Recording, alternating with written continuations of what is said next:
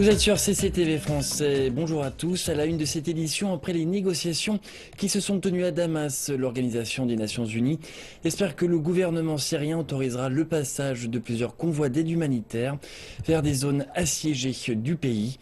Mardi, l'envoyé spécial de l'ONU, Stéphane de Mistura, a rencontré le ministre syrien des Affaires étrangères, Walid al-Moualem.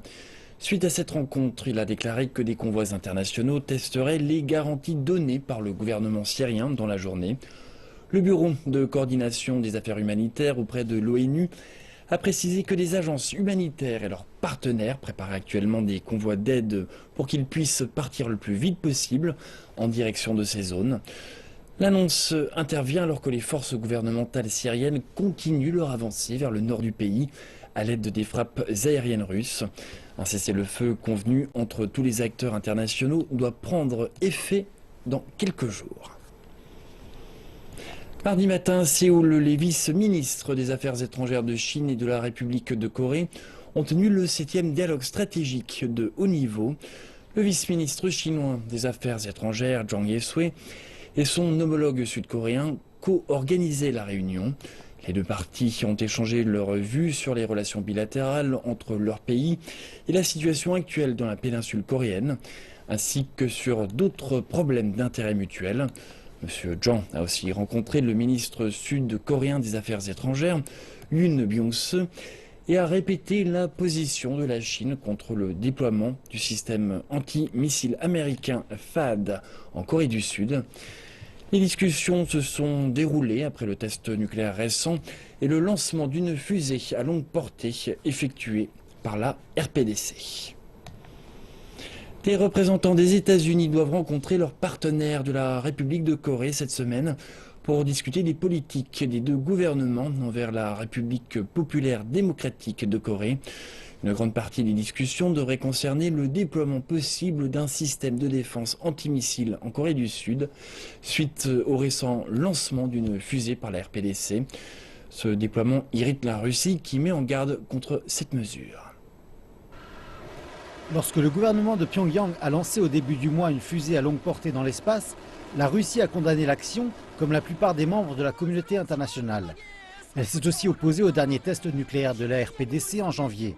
Tandis que la Russie a demandé à Pyongyang d'abandonner son programme d'armes nucléaires, la nouvelle selon laquelle les États-Unis envisageraient de déployer en Corée du Sud leur propre système antimissile, le THAAD, fait grincer des dents Moscou.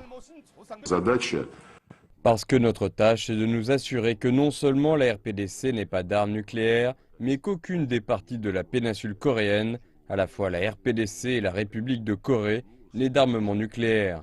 Les États-Unis ne devraient pas livrer des composants de leurs propres armes nucléaires à la péninsule coréenne.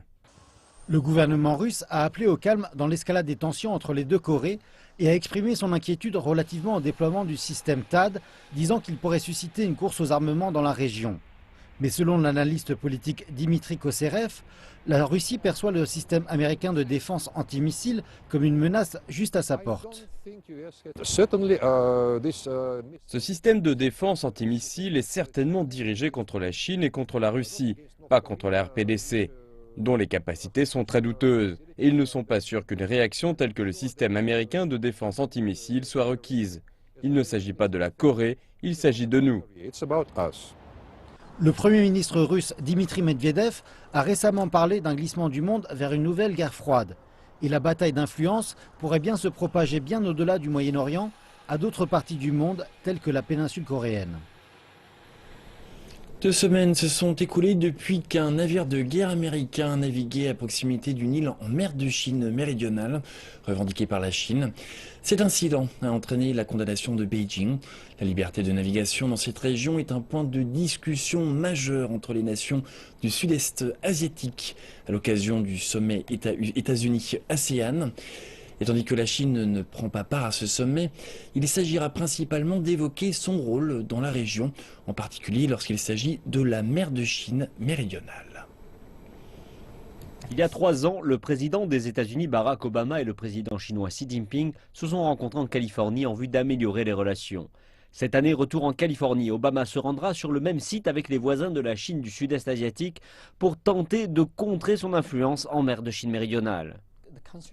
L'inquiétude est très intense car la mer de Chine méridionale est un lieu très sensible. Un lieu sensible et prisé car la Chine et les voisins sont en concurrence concernant des revendications territoriales sur ces îles qui restent non résolues. Néanmoins, la Chine a construit au moins 3 pistes d'atterrissage sur des récifs de corail dans 2 chaînes insulaires de la région. La Chine est résolument engagée à préserver la paix et la stabilité en mer de Chine méridionale et continuera à gérer les désaccords par le biais du dialogue. La Chine désire que ces dialogues se déroulent de façon bilatérale. Mais les 4 plaignants au sein de l'ASEAN, un groupe de nations du sud-est asiatique, ont appuyé une approche collective pour garantir que les bateaux puissent naviguer librement dans ces eaux. Et jusqu'à présent, cette tentative a échoué. Peut-être que ce n'est pas le meilleur endroit pour discuter de cette question, mais avec l'ASEAN, je pense qu'il s'agit là de l'unique plateforme disponible. La Maison-Blanche veut que l'ASEAN soutienne la liberté de navigation en mer de Chine méridionale et elle investit plus de 150 millions de dollars dans la région pour aider les demandeurs à renforcer leur puissance militaire navale.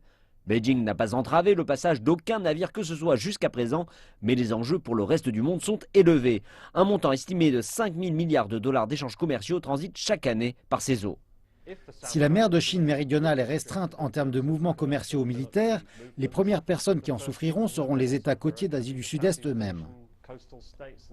Les États-Unis se sont engagés à envoyer l'aviation militaire et des bâtiments de la marine dans la région pour ce qu'ils appellent un exercice lié à la liberté de navigation. Le plus récent, mené il y a à peine 2 semaines, l'a été à proximité d'une île revendiquée par la Chine. Je pense que ces patrouilles ne sont pas naturellement provocantes. Il ne devrait s'agir que de patrouilles de routine et discrètes. Mais Beijing considère ces patrouilles comme une violation claire de sa souveraineté et demande aux pays à l'extérieur de la région de cesser leur ingérence. La Chine a le droit de protéger sa souveraineté territoriale et ses droits maritimes légitimes.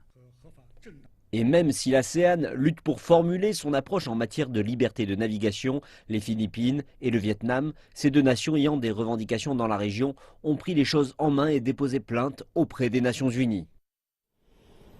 De nouveaux sommets atteints dans les relations entre Cuba et les États-Unis. Après des décennies d'interruptions, les 2 voisins ont signé un pacte dans le secteur aérien visant une reprise des vols commerciaux. L'accord était en pleine élaboration depuis décembre 2014 quand les présidents cubains et américains ont annoncé leurs intentions de normaliser leurs relations. Faciliter les déplacements entre les 2 pays, limités pendant plus d'un demi-siècle, sera inévitablement une part importante de tout progrès.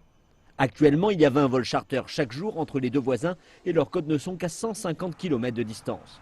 La signature mardi à La Havane d'un mémorandum d'entente entre le ministre cubain des Transports et son homologue américain pave la voie à près de 110 vols commerciaux par jour. Avec cet accord, les lignes commerciales des 2 pays pourront établir des partenariats entre elles avec des partages de codes et autres leasing d'avions, que ce soit entre les compagnies, voire avec celles d'autres pays.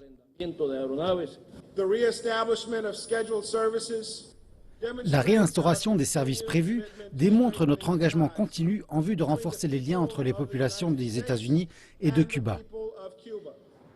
Immédiatement après la cérémonie, le département américain des transports a lancé un appel d'offres pour ses voies aériennes. Plusieurs compagnies américaines ont salué ce geste, déclarant qu'elles souhaitaient être de la partie, ce qui signifie que des milliers d'Américains pourront visiter la nation des Caraïbes.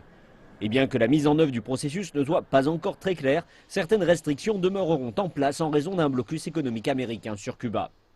Un haut ministre cubain se trouvait à Washington, s'exprimant devant des hommes d'affaires américains et déclarant que l'embargo devait cesser. Rodrigo Malmiarca indique que Cuba a un plan pour plus de 2 milliards de dollars d'investissements directs étrangers chaque année. Et les États-Unis pourront en avoir une partie ou rien du tout. Nous ne cherchons pas un modèle de dépendance à l'égard d'un marché ou d'autre. Nous ne voulons pas revenir à la dépendance à l'égard du marché des États-Unis. Mais nous ne voulons pas non plus l'avoir à l'égard de la Russie, de la Chine, de la France, de l'Espagne maintenant. Nous voulons avoir des relations économiques diversifiées. Il a précisé que Cuba ne ferait pas de discrimination à l'égard des entreprises américaines. Il a critiqué les députés américains pour avoir maintenu des décennies de longs obstacles. En fin de compte, je pense que le Congrès doit être mieux éduqué concernant ce qui est important pour le public américain, pour le fermier américain, l'entreprise de télécommunications américaine, l'entreprise innovante américaine. Et ce qu'ils veulent tous, c'est la fin des sanctions. Et le fait que le ministre soit ici est déjà un pas en avant. L'administration Obama déclare avoir fait tout ce qu'elle a pu face à un congrès mené par les républicains opposés à ses actions. Mercredi, des députés américains rencontreront le ministre cubain du commerce pour une deuxième série de discussions économiques. Il espère les convaincre qu'ils peuvent encore faire davantage.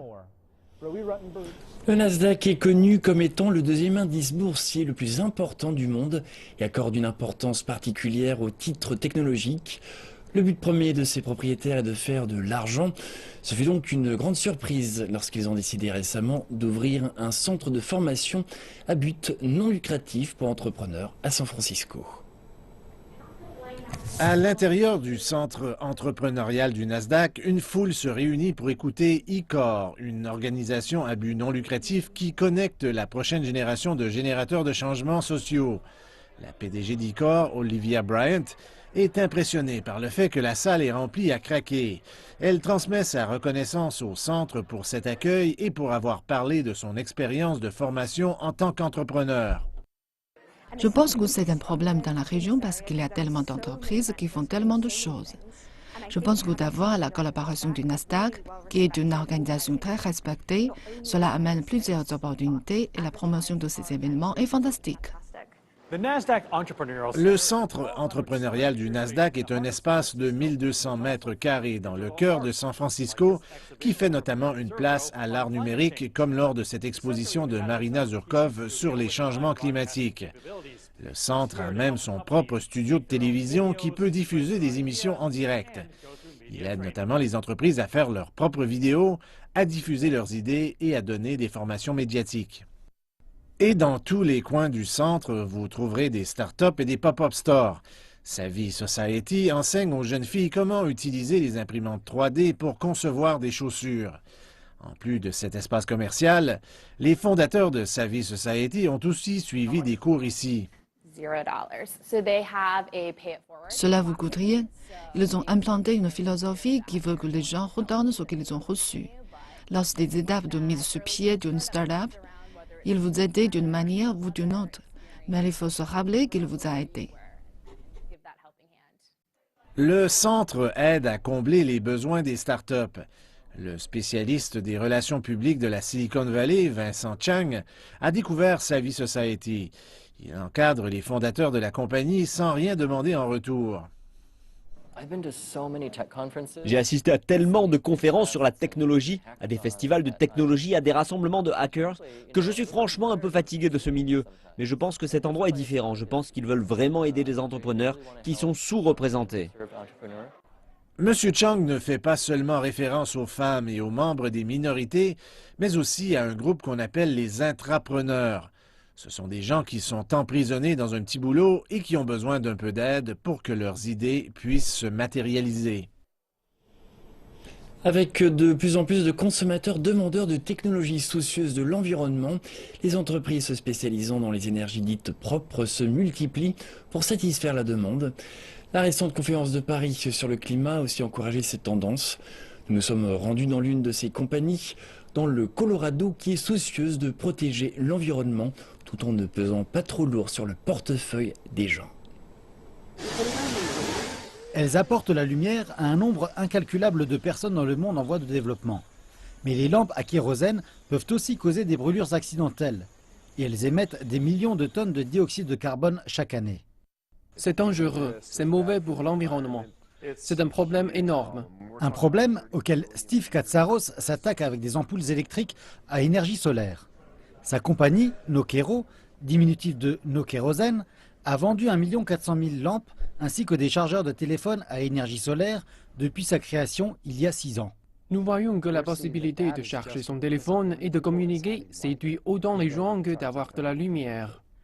Nathan South de Nokero estime que plus de 6 millions d'habitants de l'Afrique subsaharienne et de l'Asie du Sud, dont de nombreux ne disposent pas d'électricité, ont bénéficié de ces produits. L'économie de l'énergie propre est vraiment en hausse. Le président de l'Association de technologie du Colorado dit qu'alors que la prise de conscience du réchauffement climatique est en hausse et que les coûts des énergies renouvelables baissent, De nombreux pays s'intéressent à ce secteur. Ils veulent avoir leur propre solution, ainsi qu'acheter des solutions chez les autres. Et ils sont tous à la fois clients et concurrents. Les lampes de Nokero se chargent pendant la journée en utilisant ce panneau solaire et une batterie à l'intérieur. Elles se vendent pour environ 20 $ si vous les commandez en ligne et pour seulement 6 $ dans le monde en voie de développement. Pour les gens qui gagnent 1 ou 2 $ par jour et dépensent de 40 à 60 $ par an en kérosène, acheter une lampe solaire est une décision économique. Ils ne prennent pas de décisions basées sur la crainte du changement climatique, de la montée des mers et du réchauffement climatique qui vont arriver. Ils prennent des décisions quant à leur survie. De même que ceux qui s'inquiètent du prochain ouragan Sandy. Vous pourriez passer plusieurs jours sans électricité. Cela amène les gens à se demander « Waouh, qu'est-ce que je ferais ?» Mais pour de nombreux gouvernements et organisations non gouvernementales, le changement climatique est une crainte prioritaire. Les gens sont intéressés par faire les choses un peu différemment. Les lampes Nokero sont produites en Chine et faites pour durer de 3 à 4 ans. Notre produit est une façon de faire un geste pour l'environnement. M. Katsaros dit que cela fait partie d'un changement dans l'attitude des consommateurs qui s'avère être aussi une bonne affaire. Et on passe sans plus tarder à Aujourd'hui la Chine. Bonjour Elsa. Bonjour Yves. Eh bien, que nous réserve cette deuxième partie d'édition, s'il vous plaît? Nous allons commencer cette partie avec un sujet économique, des nouvelles et des bonnes nouvelles. Le ministère chinois du Commerce a fait savoir que les investissements à l'étranger de la Chine avaient connu une forte hausse au mois de janvier. Le ministère a déclaré que l'investissement direct non financier à l'étranger avait augmenté de 18,2% par rapport à l'année précédente à 12,02 milliards de dollars dans le mois. C'est presque 3 fois la croissance enregistrée le mois précédent.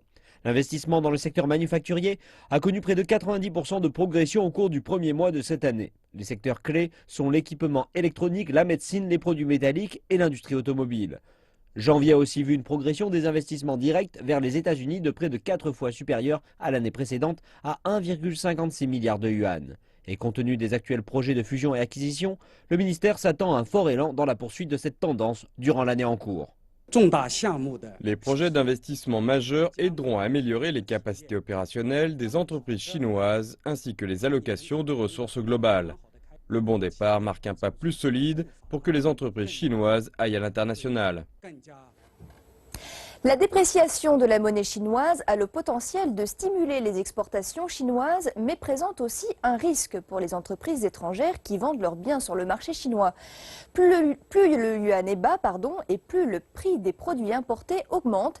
CCTV s'est rendu dans une entreprise du sud de la Californie qui s'est préparée pour la baisse du yuan et qui espère réaliser cette année une croissance à 2 chiffres.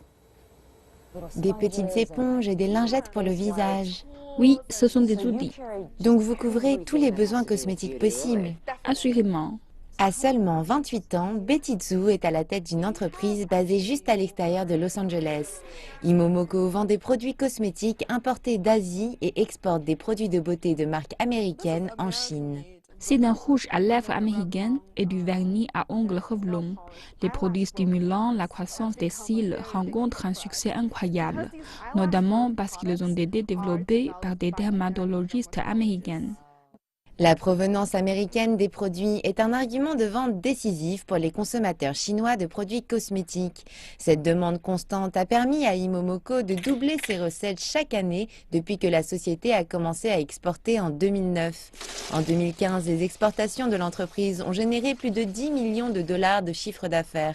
Mais la récente dépréciation du yuan et l'éventualité d'une baisse plus forte encore pourraient représenter un problème pour ses activités d'exportation en augmentant le prix de ses produits en Chine. D'ici à 3 ans, cette situation pourrait devenir problématique pour nous. Mais Imomoko est aujourd'hui capable de faire face à tout changement soudain de politique monétaire chinoise. C'est le cas grâce au partenariat solide qu'elle a établi avec des fournisseurs américains qui ont accepté d'absorber une partie des fluctuations de la devise afin de maintenir des prix stables.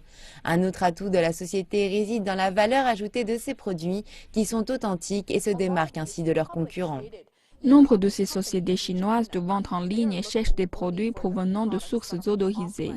Comme nous avons en notre possession de contrats prouvant l'origine de nos produits, nous avons un avantage sur notre concurrence.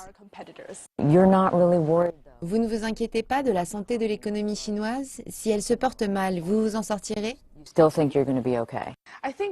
Je pense qu'une femme aura toujours besoin de rouge à lèvres. C'est vrai, même sans un sou, elles continueront de se faire belles. C'est certain, Oui. c'est une nécessité. 3 jours après la fin de la fête du printemps, un nombre important de travailleurs migrants chinois reviennent dans les grandes villes. Aujourd'hui, Beijing va voir passer quelques 260 000 passagers avec plus d'arrivées que de départs. Des vols supplémentaires ont été ajoutés dans les villes touristiques importantes pour les destinations comme Guangzhou et Shenzhen. Mardi, le réseau ferroviaire chinois a transporté quelques 9,5 millions de passagers. Plus de 850 trains supplémentaires ont été ajoutés pour répondre à la demande. Mais durant les jours prochains, les responsables s'attendent à ce que le nombre de passagers chute. Il sera donc beaucoup plus facile d'acheter des billets de train. Les autorités chinoises ont confirmé un 2e cas de virus Zika sur le territoire. Les médecins affirment que l'état de santé du patient s'améliore après avoir été traité et mis en quarantaine. Le 2e cas du virus Zika en Chine. Le patient de 28 ans est originaire de la ville de Jiangmen, dans la province du Guangdong. Il a travaillé au Venezuela où le virus fait des ravages et retournait en Chine lorsqu'il a été détecté à l'aéroport de Guangzhou le 12 février. L'homme est entré en contact proche avec un ami au Venezuela qui a été infecté de la maladie qui est transmise par un moustique. Sa température était de 38,5 degrés Celsius à l'aéroport. Lundi, le Centre chinois pour la prévention et le contrôle des maladies a testé à nouveau ces échantillons de sang et d'urine que nous avons envoyés et ont confirmé qu'il était porteur du virus Zika. Après avoir été traité grâce à des techniques de médecine occidentale et de médecine traditionnelle chinoise, on dit que le patient fait des progrès. Les experts estiment que les probabilités que le virus se propage en Chine sont faibles en raison du temps froid. Mais des mesures ont été adoptées dans la province du Guangdong pour éliminer les moustiques. Nous avons mis sur pied plus de 100 réseaux pour surveiller la densité des moustiques. Les efforts d'éradication vont commencer dès que le nombre de moustiques va dépasser un certain niveau. Les médecins vont examiner les échantillons de sang et d'urine du patient de façon régulière. Ils ne le laisseront pas partir avant que le patient montre 2 tests négatifs consécutifs. Pour le moment, le patient demeure sous observation en quarantaine. C'est ainsi que s'achève cette partie Aujourd'hui la Chine. Je vais maintenant repasser la parole à mon collègue Yves qui va clore ce journal. Yves, c'est à vous. Eh bien, merci Elsa pour l'ensemble de ces éclaircissements. Et c'est donc la fin de cette édition. Merci de votre attention et à très bientôt sur CCTV Français.